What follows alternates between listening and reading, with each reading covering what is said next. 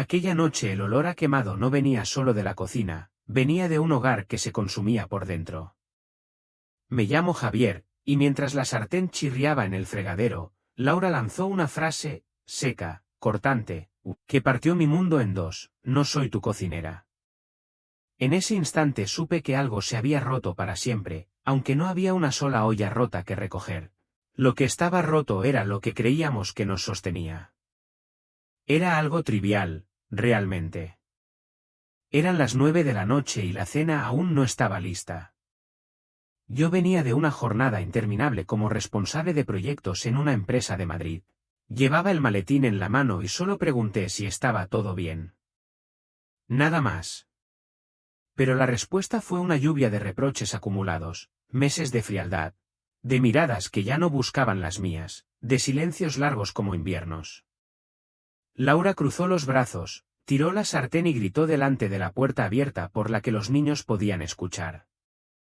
Aquella frase, lanzada con desprecio, caló hondo. No le había exigido nada. No era mi intención culpabilizarla. Pero la violencia de sus palabras encendió algo que llevaba tiempo latente dentro de mí. La sensación de que mi esfuerzo no se valoraba, de que mi presencia era un hecho asumido. Como quien paga la luz sin que nadie lo agradezca. Pagaba la hipoteca del chalet en las afueras de la capital, el coche, los colegios privados. Me encargaba de todo lo material, y en casa reinaba la incomodidad. Aquella noche decidí que no respondería con gritos. No quería otra batalla que dejara heridas abiertas en los niños. Pensé en demostrarle, no con palabras, sino con hechos, lo que se pierde cuando se desprecia lo que se tiene. Llamé a una agencia de servicio doméstico de alto nivel y pedí a alguien especial.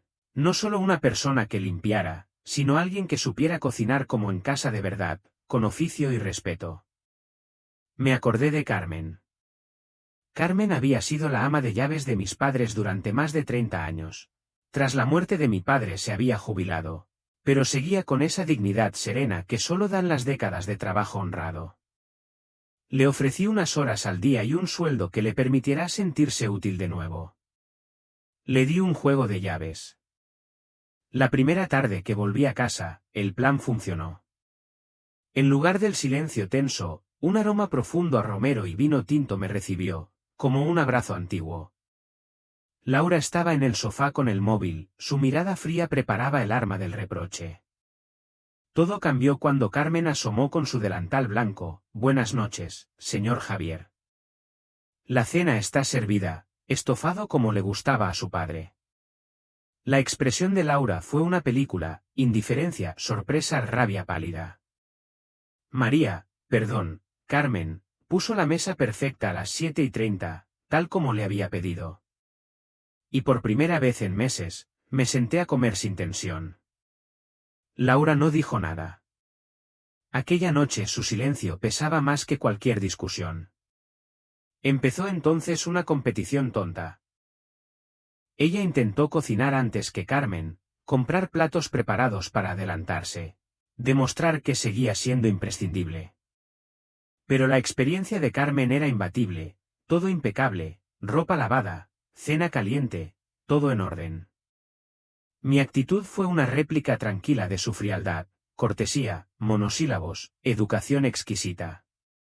La misma indiferencia que ella me había regalado ahora volvía a ella multiplicada, solo que la devolvía con respeto y sin humillación. Y la casa, que había sido campo de batalla, empezó a parecer un escenario donde yo recuperaba el control de mi dignidad. Oye, si sigues viendo esto, es que te está encantando. Así que suscríbete, el 98% aún no lo ha hecho. Bueno, volvamos a la historia. Una semana después, la presión pudo con Laura. En mitad de la cena, cuando Carmen iba a servir el postre, ella estalló: basta, Javier. No necesito a esta mujer en mi casa.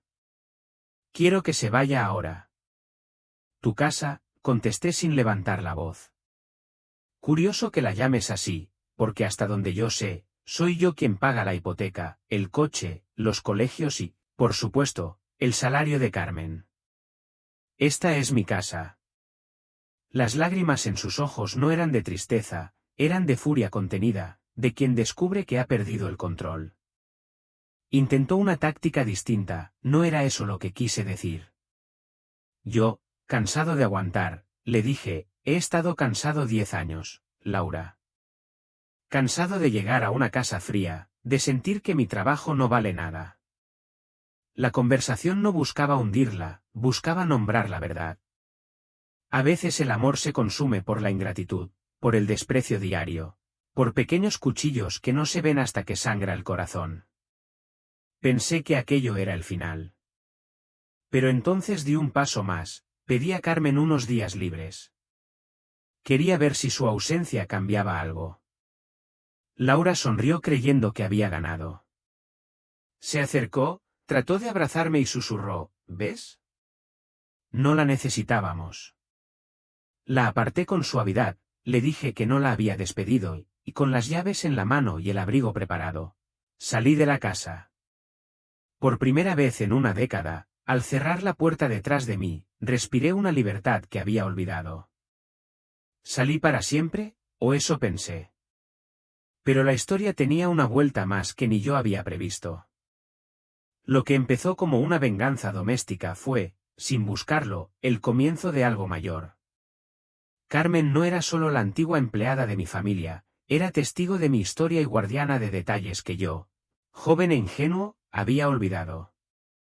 Mi padre, hombre precavido, había montado un fideicomiso en vida, yo era administrador, sí, pero la beneficiaria mayoritaria era alguien cuyo nombre no figuraba en los titulares de la empresa. Carmen poseía, en los papeles del alma familiar, el poder que mi orgullo masculino había ignorado.